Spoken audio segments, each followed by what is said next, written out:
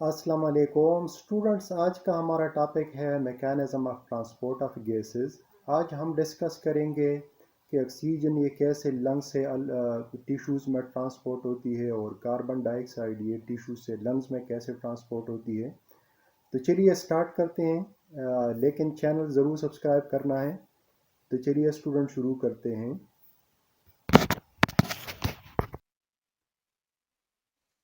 जैसा कि पिछले वीडियोस में हमने पढ़ा था कि जब हम ब्रीथिंग करते हैं मतलब सांस लेते हैं तो एयर ये एटमॉस्फेयर से लंग्स में आती है। आपको पता होगा एयर ये इसमें मुख्तलिफ गैसेस होती हैं, ये मिक्सचर है मुख्तलिफ गैसेस का, यानी का ऑक्सीजन, कार्बन डाइऑक्साइड, नाइट्रोजन वगैरह।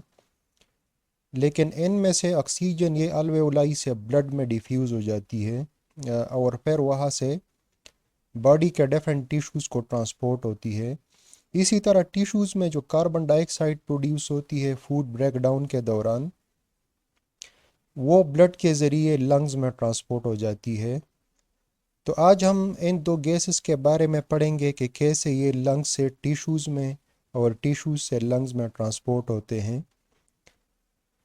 तो सबसे पहले हम डिस्कस करेंगे ट्रांसपोर्ट ऑफ ऑक्सीजन।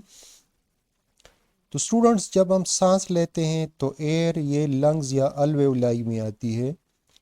एयर में जो ऑक्सीजन होती है वो अल्वेओलाई से ब्लड के ज़रिए बॉडी के मुख्तलिफ टिश्यूज़ को ट्रांसपोर्ट होती है। ये आप देख सकते हैं, ये अल्वेओलाई है, इसके इर्द गिर्द कैपिलरीज़ का एक नेटवर्क होता है। ये याद रखें कि ब्लड में ख़ास किस्म के सेल्स पाए जाते हैं जिनको आरबीसीज़ या रेड ब्लड सेल्स कहा जाता है। आरबीसीज़ में रेड पिगमेंट्स या मॉलिक्यूल्स होते हैं जिनको हेमोग्लोबिन कहा जाता है। ऑक्सीजन ये अल्वेओलाई से ब्लड में डिफ्यूज़ होके ये हेमोग्लोबिन के साथ बाइंड हो जाती है। As a result oxyhaemoglobin molecules बनते हैं। एक हेमोग्लोबिन ये 4 ऑक्सीजन मॉलिक्यूल्स ये कैरी कर सकता है, मतलब एक हेमोग्लोबिन के साथ 4 ऑक्सीजन मॉलिक्यूल्स ये बाइंड हो जाते हैं। ऑक्सीजन ये अल्वेओलाई से ब्लड में क्यों डिफ्यूज़ होती हैं और ये हेमोग्लोबिन के साथ कैसे अटैच या बाइंड होती है, so it depends on partial pressure of oxygen. अगर पार्शियल प्रेशर ऑफ ऑक्सीजन ज़्यादा हो यहाँ पे तो ये ऑक्सीजन के साथ डिफ्यूज़ हो जाती है। सॉरी, ये अगर पार्शियल प्रेशर ऑफ ऑक्सीजन ये अल्वेओलाई में ज़्यादा हो तो ये हेमोग्लोबिन के साथ बाइंड हो जाती है। और इसी तरह ये डिसोसिएट भी मतलब रिमूव भी होती है हेमोग्लोबिन से, वो हम आगे डिस्कस करेंगे डिटेल से। यहाँ पे हम एक अल्वेउलस लेते हैं। अल्वेउलस या अल्वेउलाई का सिंगुलर है। ये आप देख सकते हैं, ये अल्वेउलस है। अल्वेउलस वाल ये इंतहाई थिन और सीमी परमिएबल होती है। ये कैपिलरी है अराउंड अल्वेउलस। तो जैसा कि पहले हमने पढ़ा कि जब हम सांस लेते हैं तो एयर ये लंग्स या अल्वेओलाई में आती है। एयर में ऑक्सीजन पार्शियल प्रेशर ये तकरीबन 104 mmHg होता है, जबकि अल्वेओलाई या लंग्स जो कैपिलरीज है उसमें जो ब्लड होता है वो हार्ट से आता है। ये डीऑक्सीजनेटेड ब्लड होता है। इसमें भी ऑक्सीजन होती है लेकिन कंसंट्रेशन कम होता है। इसमें ऑक्सीजन पार्शियल प्रेशर ये तकरीबन 40 होता है। इसका मतलब है कि अल्वेओलर जो एयर है इसमें ऑक्सीजन पार्शियल प्रेशर हाई होता है और ब्लड में या कैपिलरी में ऑक्सीजन पार्शियल प्रेशर कम होता है। एज अ रिज़ल्ट ऑक्सीजन ये हाई पार्शियल प्रेशर से और लो पार्शियल प्रेशर मतलब अल्वेओलाई से ब्लड कैपिलरी या स्पेशली आरबीसीज में डिफ्यूज़ होती है ऑक्सीजन। अच्छा, जब ऑक्सीजन ये आरबीसीज में आती है अल्वेओलाई से, तो यहाँ पे क्या होता है, तो यहाँ पे हम एक आरबीसी लेंगे। ये आप देख सकते हैं, ये आरबीसी है। आरबीसी में ऑक्सीजन ये हेमोग्लोबिन के साथ ये बाइंड हो जाती है। एज अ रिज़ल्ट HbO2 यानी ऑक्सी हेमोग्लोबिन मालिक्यूल बनता है। चूँकि यहाँ पे ऑक्सीजन ये बाइंड हो जाती है यहाँ पे हेमोग्लोबिन के साथ, या जो ऑक्सीजन है ये अल्वेओलाई से ब्लड में डिफ्यूज़ हो जाती है। इस वजह से इस ब्लड को अब ऑक्सीजनेटेड ब्लड कहा जाता है। तो यहाँ तक हमने पढ़ा कि जो एयर अल्वेओलाई में आती है, इसमें ऑक्सीजन पार्शल प्रेशर ये हाई होता है, और अल्वेओलाई के इर्द गिर्द जो कैपिलरीज होती हैं, इसमें चूँकि डीऑक्सीजनेटेड ब्लड होता है, इसमें ऑक्सीजन पार्शल प्रेशर ये कम होता है। एज अ रिज़ल्ट ऑक्सीजन ये अल्वेओलाई से ब्लड में डिफ्यूज़ हो जाती है। ब्लड में ऑक्सीजन ARBC के अंदर हेमोग्लोबिन के साथ अटैच हो जाती है, और फाइनली क्या बनता है, HbO2 या ऑक्सी हेमोग्लोबिन मालिक्यूल्स ये बनते हैं। ये जो अब ऑक्सीजनेटेड ये ब्लड हैं, ये लंग्स या अल्वेओलाई से बॉडी के मुख्तलिफ टिश्यूज़ को ट्रांसपोर्ट होता है। वहाँ पे क्या होता है जब ये ब्लड ये पहुँचता है टिश्यूज़ तक, तो इसके ऊपर हम बात करेंगे। ये आप देख सकते हैं यहाँ पे, ये कैपिलरी है, इसमें ऑक्सीजनेटेड ब्लड होता है जो लंग से आता है। ये एक टिश्यू सेल हमने लिया हुआ है। अब यहाँ पे जो ऑक्सीजनेटेड ब्लड आता है, इसमें ऑक्सीजन पार्शल प्रेशर ये तकरीबन 95 टू 97 तक होता है, जबकि टिश्यूज़ में ऑक्सीजन पार्शल प्रेशर ये तकरीबन 40 तक होता है। क्योंकि टिश्यूज़ या सेल्स में ऑक्सीजन ये रिस्पायरेशन के दौरान यूज़ होती है, इस वजह से सेल्स या टिश्यूज़ में ऑक्सीजन पार्शल प्रेशर ये कम होता है। तो यहाँ पे क्या होता है कि चूँकि ब्लड में ऑक्सीजन पार्शल प्रेशर ये हाई होता है, तो ऑक्सीजन ये ऑक्सी हेमोग्लोबिन मालिक्यूल से ये रिमूव हो जाती है, मतलब HbO2 ये डिसोसिएट होता है। ऑक्सीजन ये ब्लड से सेल्स में डिफ्यूज़ हो जाती है, और हेमोग्लोबिन ये आरबीसीज में ही रह जाता है। तो इस तरह यहाँ पे टिश्यूज़ में भी ये गैस एक्सचेंज होता है, मतलब जो लंग से जो ऑक्सीजनेटेड ब्लड आता है जिसमें ऑक्सीजन होती है, वो ब्लड से सेल्स में डिफ्यूज़ हो जाती है। ये ओवरऑल ऑक्सीजन ट्रांसपोर्ट मैकेनिज़्म है। जैसा कि स्टार्ट में हमने पढ़ा कि जब हम सांस लेते हैं तो एयर ये अल्वेओलाई में आती है, इसमें ऑक्सीजन पार्शल प्रेशर ये 104 होता है, जबकि अल्वेओलाई या लंग कैपिलरीज में जो ब्लड आता है, इसमें ऑक्सीजन पार्शल प्रेशर ये 40 होता है। एज अ रिज़ल्ट ऑक्सीजन ये अल्वेओलाई से ब्लड में डिफ्यूज़ हो जाती है, और इस तरह ये जो ब्लड है ये ऑक्सीजनेटेड हो जाता है। लंग से ये ऑक्सीजनेटेड ब्लड ये टिश्यूज़ को ट्रांसपोर्ट होता है। इस ब्लड में ऑक्सीजन पार्शल प्रेशर ये तकरीबन 95 97 तक होता है, जबकि टिश्यूज़ में ऑक्सीजन पार्शल प्रेशर ये 20 होता है। इस वजह से जो ऑक्सीजन है वो ब्लड से टिश्यूज़ या सेल्स में डिफ्यूज़ हो जाती है। चूँकि ऑक्सीजन ये ब्लड से टिश्यूज़ या सेल्स में एब्ज़ॉर्ब होती है, तो जो ब्लड यहाँ पे रह जाता है इसको डीऑक्सीजनेटेड ब्लड कहा जाता है। लेकिन ये याद रखें कि यहाँ पे जो ऑक्सीजन है, सारी ऑक्सीजन जो लंग से आती है ब्लड के ज़रिए टिश्यूज़ में, ये सारी ऑक्सीजन यहाँ पे एब्ज़ॉर्ब नहीं होती टिश्यूज़ या सेल्स में। यहाँ पे थोड़ी सी एब्ज़ॉर्ब होती है, बाकी जो ऑक्सीजन है वो ब्लड में ही रह जाती है। लेकिन यहाँ पे कंसंट्रेशन थोड़ा सा कम हो जाता है या पार्शल प्रेशर कम हो जाता है, इसलिए इस ब्लड को डीऑक्सीजनेटेड ब्लड कहा जाता है। इसमें ऑक्सीजन पार्शल प्रेशर ये आप देख सकते हैं ये 40 तक होता है। ये डीऑक्सीजनेटेड ब्लड ये यहाँ से टिश्यू से वापस ये लंग्स में ट्रांसपोर्ट होता है, वहाँ पे ये दोबारा ऑक्सीजनेटेड होगा, और इस तरह ये जो एक साइकिल है या एक ब्लड सर्कुलेशन है और ऑक्सीजन जो ट्रांसपोर्ट है ये कंप्लीट हो जाता है। मतलब ऑक्सीजन ये अल्वेओलाई से ब्लड में आता है, डिफ्यूज़ हो जाती है, और फिर ब्लड से सेल्स में डिफ्यूज़ हो जाती है। तो स्टूडेंट्स यहाँ तक हमने पढ़ा ट्रांसपोर्ट ऑफ ऑक्सीजन।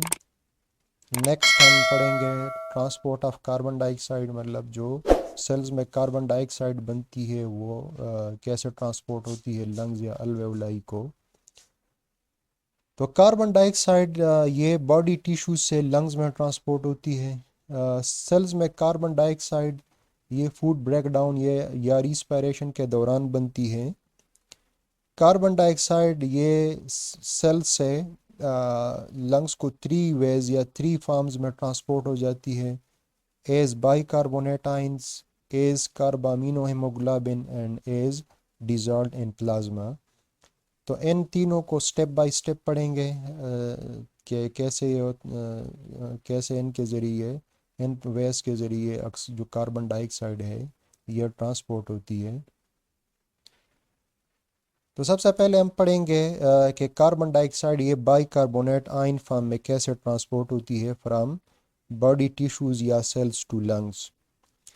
तो आप देख सकते हैं यहाँ पे ये कैपिलरी है टिश्यूज़ के अंदर, ये एक टिश्यू सेल हमने लिया हुआ है। तो जैसे कि जो ऑक्सीजन ट्रांसपोर्ट में हमने पढ़ा कि टिश्यूज़ को जो ब्लड आता है वो ऑक्सीजनेटेड ब्लड होता है, ये लंग्स से आता है जैसे कि पहले हमने पढ़ा। इसमें ऑक्सीजन कंसंट्रेशन ये हाई होता है लेकिन कार्बन डाइऑक्साइड कंसंट्रेशन ये कम होता है। सेल्स या टिश्यूज़ में चूँकि कार्बन डाइऑक्साइड कंसंट्रेशन हाई होता है या पार्शियल प्रेशर हाई होता है, तो क्या होता है as a result carbon dioxide ये सेल से लंग्स ब्लड या आरबीसीज में डिफ्यूज़ हो जाती है। अब जब जब कार्बन डाइऑक्साइड ये सेल से आरबीसी में डिफ्यूज़ होती है तो यहाँ पे क्या होता है आरबीसी के अंदर तो यहाँ पे हम लेंगे एक आरबीसी लेते हैं, ये एक आरबीसी है। ये आप देख सकते हैं सेल से जो कार्बन डाइऑक्साइड ये आरबीसी में डिफ्यूज़ होती है वो यहाँ पे वाटर के साथ ये रिएक्शन करती है, एज अ रिज़ल्ट H2CO3 कार्बनिक एसिड ये बनता है कार्बनिक एनहाइड्रेज एंजाइम के ज़रिए। सेकंड स्टेप क्या होता है H2CO3 ये स्प्लिट हो जाता है, एज अ रिज़ल्ट हाइड्रोजन और बाइकार्बोनेट आइंस ये बनते हैं। बाइकार्बोनेट आयन ये आरबीसी से ब्लड प्लाज्मा में डिफ्यूज़ हो जाते हैं। ये आप देख सकते हैं जो बाइकार्बोनेट हैं ये आरबीसी से प्लाज्मा में डिफ्यूज़ होते हैं।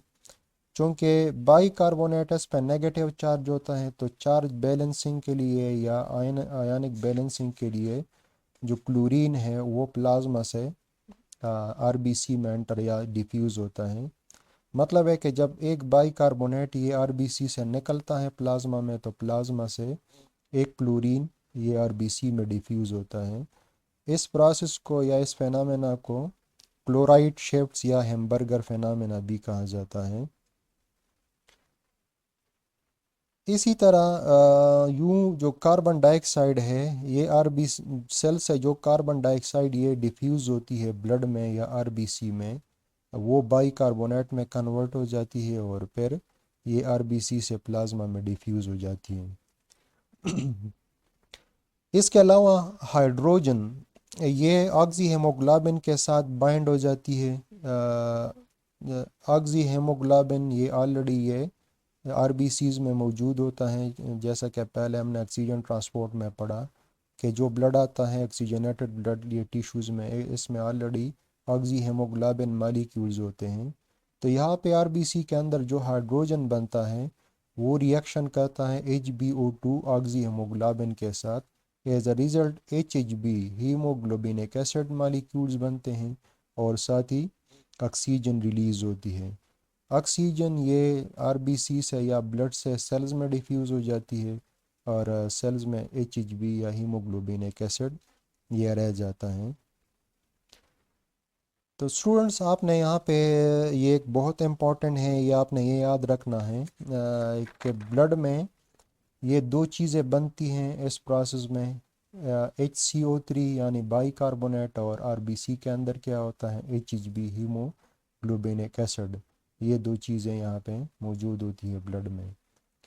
अब यहाँ पे ये जो ब्लड होता है ये डीऑक्सीजनेटेड ब्लड, इसको डीऑक्सीजनेटेड ब्लड कहते हैं क्योंकि जो कार्बन डाइऑक्साइड है वो इसमें शामिल हो जाती है और जो ऑक्सीजन है वो सेल्स में एब्जॉर्ब हो जाती है, तो इसलिए इस ब्लड को डीऑक्सीजनेटेड ब्लड कहते हैं।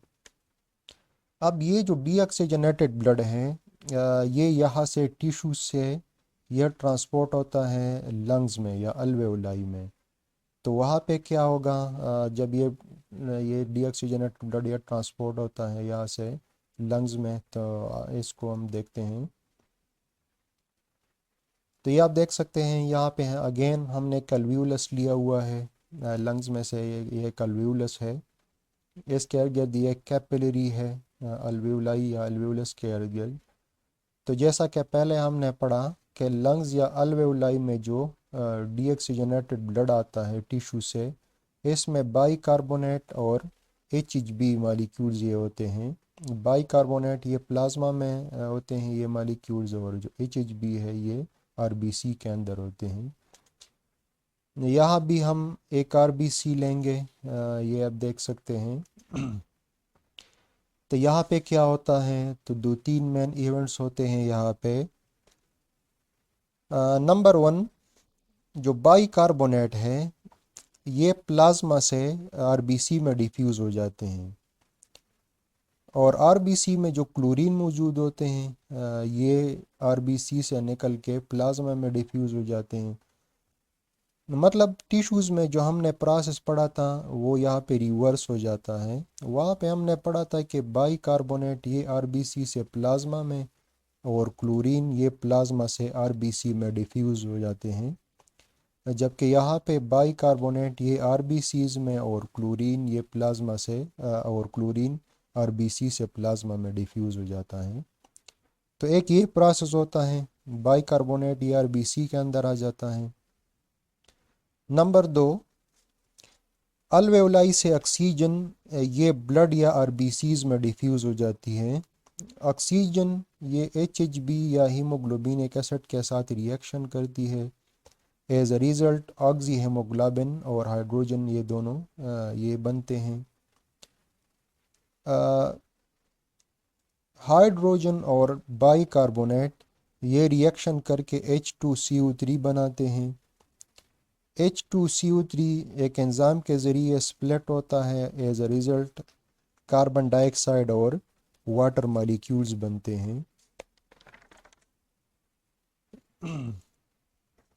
इस तरह ब्लड में जो कार्बन डाइऑक्साइड कंसंट्रेशन है या पार्शियल प्रेशर है ये बढ़ जाता है, जबकि अल्वेओलाई उसमें कार्बन डाइऑक्साइड कंसंट्रेशन या पार्शियल प्रेशर कंपैरेटिवली कम होता है।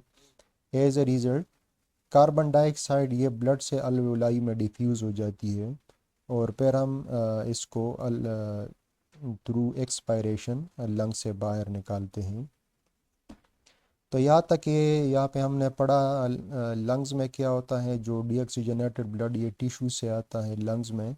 तो यहाँ पे हमने पढ़ा कि बाइकार्बोनेट ये वापस कन्वर्ट होता है कार्बन डाइऑक्साइड में। कार्बन डाइऑक्साइड ये ब्लड से डिफ्यूज़ हो जाती है अल्वेओलाई में, और फिर हम इसको एक्सपायरेशन के ज़रिए बाहर निकालते हैं। ये ओवरऑल मैकेनिज़्म है ट्रांसपोर्ट ऑफ कार्बन डाइऑक्साइड।